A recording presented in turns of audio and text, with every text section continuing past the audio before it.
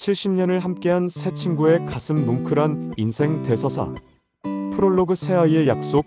1968년 경북의 작은 마을 철길 옆에 앉아 기차를 기다리는 새아이가 있었습니다. 10살 종수는 맨발로 뛰어다니며 나는 집 짓는 사람이 될 거야 라고 외쳤고, 9살 미자는 치마폭을 휘날리며 나는 간호원이 될 거야 라고 다짐했어요. 책을 끼고 다니는 민호는 조용히 말했죠. 나는 글 쓰는 사람이 될 거야. 1960년대 말 산업화의 바람이 불어오던 그 시절, 라디오에서 들려오는 서울 이야기에 가슴 설레던 아이들은 철길 앞에서 손을 맞잡고 흑백 사진을 찍었어요. 그들은 아직 몰랐죠. 꿈이라는 것이 때로는 현실이라는 벽에 부딪힌다는 것을. 하지만 그 순간만큼은 모든 것이 가능해 보였습니다. 일부 서울로 가는 기차. 1974년 서울이 이렇게 춥고 바쁜 곳인 줄 몰랐어요. 6년 후 새 친구는 각각 다른 시기에 서울로 올라왔어요. 미자는 청계천 미신 공장에서 하루 12시간씩 재봉틀을 돌리며 손가락이 바늘에 찔리는 고통을 견뎠고, 민호는 은행 보조사무원으로 일하며 야간 대학을 다녔습니다. 막내로 온 종수는 건설 현장에서 벽돌을 나르며 서울이 꿈의 도시가 아니라 생존의 전쟁터라는 걸 깨달았어요. 명동의 작은 다방에서 재회한 새 친구. 미자의 손은 거칠어져 있었고 인우의 눈가에는 피로가 깊게 패여 있었어요. 종수는 칠성파 담배를 피우며 한강을 바라보며 여전히 희망을 포기하지 않았습니다. 언젠가는 내가 큰 건물을 지을 거야. 기자가 되려면 더 많이 알아야 해. 아픈 사람 돌보는 일이 좋아. 1974년 크리스마스 이브, 새 친구는 처음으로 케이크를 사 먹었어요. 명동 제과점의 작은 케이크였지만 세상에서 가장 달콤했죠. 10년 후에도 이렇게 만나자. 그때는 각자 꿈을 이뤄서 말이야. 이부거리의 함성. 1980년 자유를 외치는 목소리가 거리를 가득 메우던 그 시절. 1980년 5월 서울거리는 최루탄 연기로 뒤덮였고 그 한복판에 인우가 있었습니다. 확성기를 든 그의 목소리는 쇠었어요. 민주주의를 달라. 더 이상 조용한 책벌레가 아니었던 그는 시대에 깨어났거든요. 같은 시각 종로 건설 현장에서 종수는 라디오 뉴스를 들으며 걱정스러워했어요. 인호 그 자식 괜찮을까? 현실에 발을 딛고 살아야 하는 그에게 친구의 이상주의는 때로 무모해 보였거든요. 미자는 청계천 의류공장에서 야근하며 광주 소식을 들었어요. 우리도 뭔가 해야 하는 거 아닐까? 하지만 생계를 위해서는 하루도 쉴 수 없었죠. 그의 여름 종수의 쪽방에서 만난 새 친구. 민호는 눈가에 멍이 들어 있었고 학교에서 정학당한 상태였어요. 너 미쳤냐? 이러다 잡혀가면 어떻게 하려고? 그냥 두고 볼 수는 없어. 우리가 이렇게 힘들게 사는 게 당연한 거야? 싸우지 마. 우리끼리 싸워서 뭐래? 민호는 2달간 감옥에 수감되었고 출소 후 더욱 확고한 신념으로 교사가 되겠다고 다짐했어요. 종수는 작은 건설업체를 차렸고 미자는 간호조무사 과정을 마쳤습니다. 1983년 봄 고향을 찾은 새 친구는 폐허가 된 초등학교 앞에서 옛 추억을 떠올렸어요. 철길에는 잡초가 자라고 있었지만 새 친구의 우정만큼은 여전히 그 자리에 있었습니다. 삼부각자의 길. 1992년 꿈을 이뤘지만 왜 이렇게 공허할까요? 올림픽의 열기가 채 가시기 전 30을 넘긴 새 친구는 각자 성공의 궤도에 올라 있었어요. 종수는 강남에 대한건설 사무실을 차리고 아파트 인테리어 사업으로 제법 성공했어요. 우리가 짓는 집은 최고야. 가격보다 품질로 승부하자. 하지만 넓은 사무실에 혼자 앉아 있을 때면 뭔가 비어있는 느낌이었죠. 민호는 서울 변두리 중학교의 국어교사가 되었어요. 여러분, 문학은 우리 삶을 비춰주는 거울입니다. 교실에서는 열정적이었지만 입시 위주 교육과 권위적 학교 문화 앞에서 현실과 이상의 괴리를 느꼈어요. 미자는 종합병원 간호조무사로 일하며 입양한 딸 수진이를 키우고 있었어요. 수술실에서의 힘든 일상이지만 생명을 살리는 보람을 느꼈죠. 늦게 들어오는 엄마를 기다리는 딸에게 늘 미안한 마음이었어요. 1992년 가을 종수가 새로 인테리어한 강남 카페에서 만난 새 친구. 야, 종수야. 진짜 성공했구나. 그런가? 그런데 뭔가 허전해. 각자의 성공에도 불구하고 30이 넘은 나이에 느끼는 감정은 복잡했어요. 성공의 기준이 무엇인지, 행복이란 무엇인지, 우리 어릴 때 꿈꾸던 것들이 이런 건가? 다르긴 하지만 그래도 우리 나름대로는 열심히 산 것 같아. 맞아. 완벽하지 않아도 우리는 우리 방식대로 살아가고 있어. 사부 무너진 것들, 1997년. 모든 것이 한순간에 무너져 내렸을 때 우리에게 남은 것은 1997년 12월 3일 IMF 구제금융 요청. 그 소식이 전해지던 날부터 새 친구의 삶은 송두리째 흔들렸어요.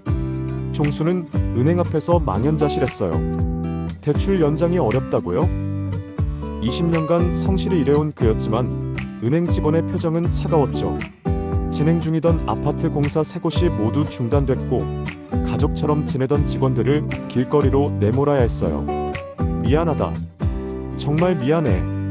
미자는 딸 수진이의 대학 등록금을 위해 모아둔 적금을 해약해야 했어요. 성적 우수한 수진이가 좋은 대학에 합격했는데 등록금을 낼 수 없게 된 거예요. 엄마, 괜찮아요. 저 1년 더 알바하고 내년에 들어갈게요. 그날 밤 미자는 딸을 끌어안고 펑펑 울었습니다. 민호는 15년간 몸담았던 학교에서 구조조정 대상자 명단에 이름이 올랐어요. 아이들을 사랑하고 교육 소신을 지켜온 그에게는 청천벽력 같은 소식이었죠. 1998년 신정 연휴, 민호의 자취방에서 만난 새 친구의 표정은 모두 어두웠어요. 이게 뭐야?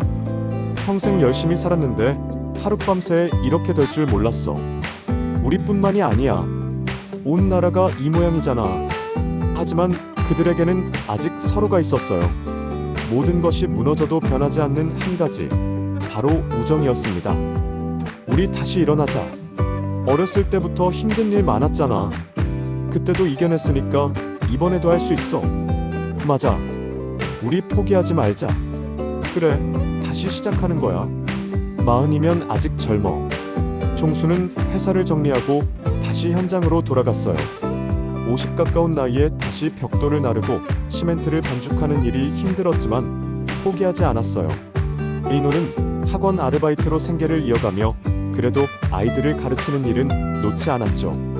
미자는 밤낮으로 일하며 딸의 학비를 마련했습니다. 오부 묻어둔 편지 2003년.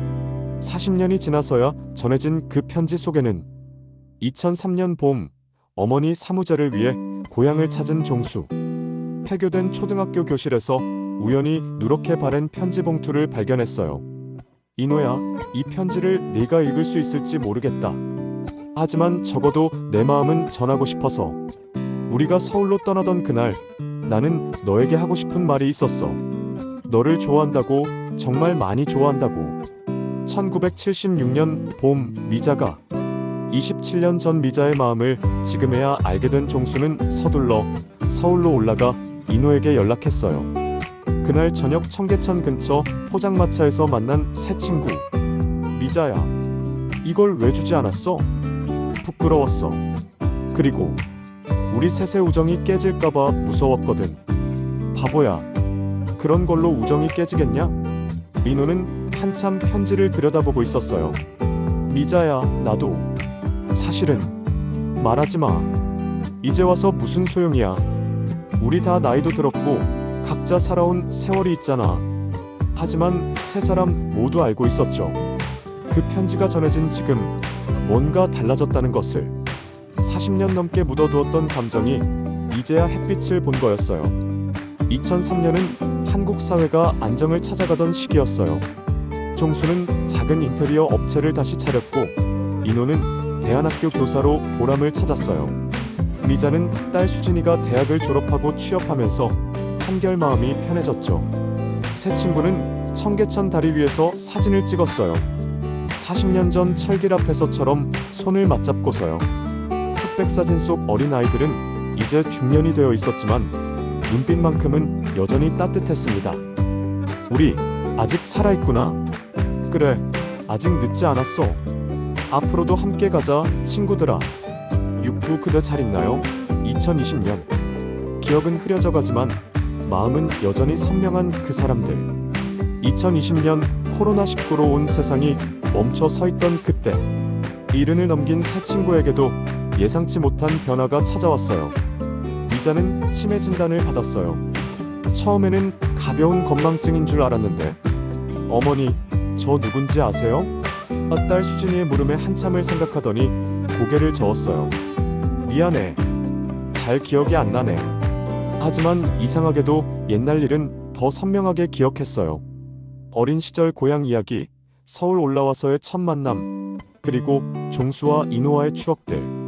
인호는 40년을 함께 살아온 아내를 갑작스런 병으로 떠나보냈어요. 텅 빈 집에서 혼자 지내는 것이 너무 쓸쓸했죠. 여보, 오늘도 친구들 만나러 가. 아내의 사진 앞에서 중얼거리며 외출 준비를 했습니다. 종수는 손자 민호의 대학 졸업식에서 문득 옛 생각에 잠겼어요. 젊고 패기 넘치는 손자를 보니 자신들의 젊은 시절이 떠올랐거든요. 할아버지도 너만 했을 때가 있었거든. 새 친구는 매달 둘째 주 토요일이면 어김없이 만났어요. 코로나 때문에 어려워졌지만 이 만남이 무엇보다 소중했거든요. 미자야, 오늘 컨디션은 어때? 미자는 한참을 생각하더니 환하게 웃었어요. 종수야, 인호야, 오랜만이다. 어제 만난 것도 기억하지 못했지만 두 친구에 대한 반가움만큼은 변함없었어요. 인호는 늘 작은 공책을 가져왔어요. 어린 시절부터 지금까지의 추억이 빼곡히 적혀 있었죠. 미자야, 내가 읽어줄게. 우리가 처음 서울 와서 명동에서 만났을 때 말이야. 어느 날 미자가 갑자기 말했어요. 내가 누구한테 편지를 썼던 것 같은데. 응, 미자야. 인호한테 편지 썼었지. 아, 그래. 그 편지 전해줬어? 응, 전해줬어. 인호가 정말 기뻐했어. 그날 오후 새 친구는 오랜만에 한강을 걸었어요. 예전처럼 활발하게 걷지는 못했지만 그들만의 속도로 천천히 걸었죠. 우리 참 오래 살았다. 그래, 어린 시절부터 지금까지 70년을 함께했구나. 미자는 두 친구의 말을 다 이해하지는 못했지만 이 순간이 행복하다는 걸 느꼈어요. 좋다. 우리 함께 있으니까 좋다. 에필로그 그 시절 우리가 있었네. 2025년. 이별은 끝이 아니라 또 다른 시작이었습니다. 2025년 여름, 장마가 끝나고 맑은 하늘이 펼쳐진 날, 종수와 인호는 기차를 타고 고향으로 향하고 있었어요. 그들의 무릎 위에는 작은 항아리 하나가 놓여 있었죠. 미자는 한 달 전 조용히 세상을 떠났어요. 마지막까지 두 친구를 알아봤고 환한 미소를 지으며 눈을 감았죠. 고마웠어. 우리 함께해서. 장례식장에는 생각보다 많은 사람들이 찾아왔어요. 미자가 돌봤던 환자들, 딸 수진이의 친구들, 병원 동료들. 모두 미자를 따뜻한 사람으로 기억하고 있었어요. 엄마는 항상 말씀하셨어요. 친구들이 가장 소중하다고. 기차는 옛날 그 철길을 따라 달리고 있었어요.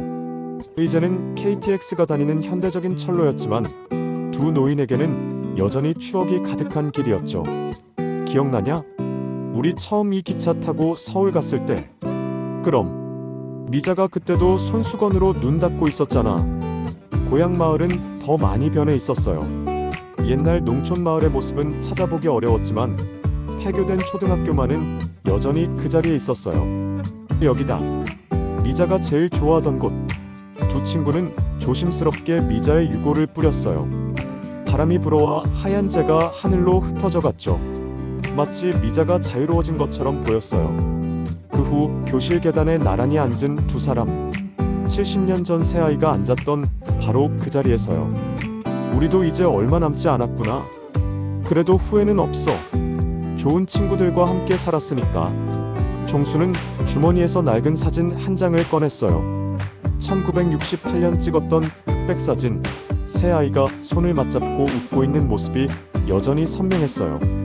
이 사진 속 아이들이 우리였다는 게 믿어지나? 시간 참 빠르다.